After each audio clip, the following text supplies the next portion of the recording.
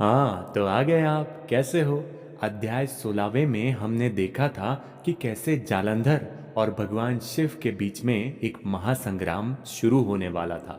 अगर सब कुछ कुशल मंगल नहीं भी है, तो कार्तिक मास का ये 17वां अध्याय अगर आप पूर्ण मन भाव से पूर्ण श्रवण कर लेते हैं तो सब कुछ कुशल मंगल हो जाएगा। आइए जानते हैं कि 17वें अध्याय में क्या हुआ था। साम सदाशिव दर्शिकों, मैं भगवान शिव का पुत्र सदाशिव आपको नमन करता हूँ। भक्ति से भरे भाव, हे हरि मेरे मन उपजाओ। 17वें अध्याय कार्तिक कृपा दृष्टि कर जाओ। उस समय शिवजी के गण प्रबल थे और उन्होंने जलंधर के शुभ निशुभ और महासुर कालनेमी आदि को पराजित कर दिया।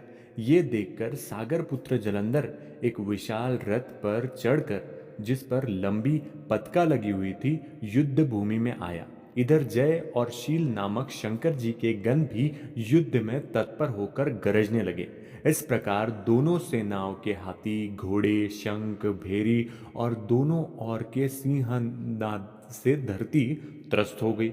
जलंधर ने कुहेरे के सामने असंख्य बाणों को फेंक कर पृथ्वी से आकाश तक व्याप्त कर दिया और नदी को 5, गणेश को 5, वीरभद्र को एक साथ ही 20 बाण मारकर उनके शरीर को छेद दिया और भेग के समान गर्जना करने लगा।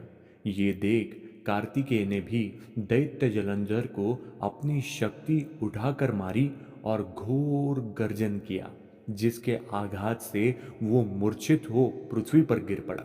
परंतु वो शीघ्र ही उठा और क्रोधविष्ट हो कार्तिकेय पर अपनी गदा से प्रहार करने लगा। ब्रह्मा जी के वरदान की सफलता के लिए शंकर पुत्र कार्तिकेय पृथ्वी पर सो गए। गणेश जी भी गदा के प्रहार से व्याकुल होकर धरती पर गिर पड़े। नंदी व्याकुल हो गदा प्रहार से पृथ्वी पर गिर गए।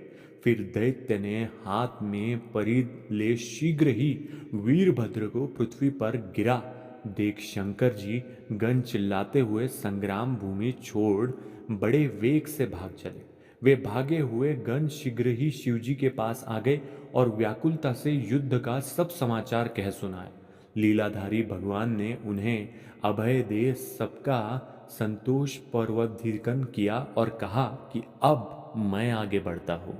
और 17वां अध्याय यही समाप्त होता है और भगवान शिव जी फिर 18वें अध्याय में जाते हैं स्वयं जालंधर से लड़ने के लिए। तो अगले अध्याय में हम देखेंगे कि आगे क्या हुआ।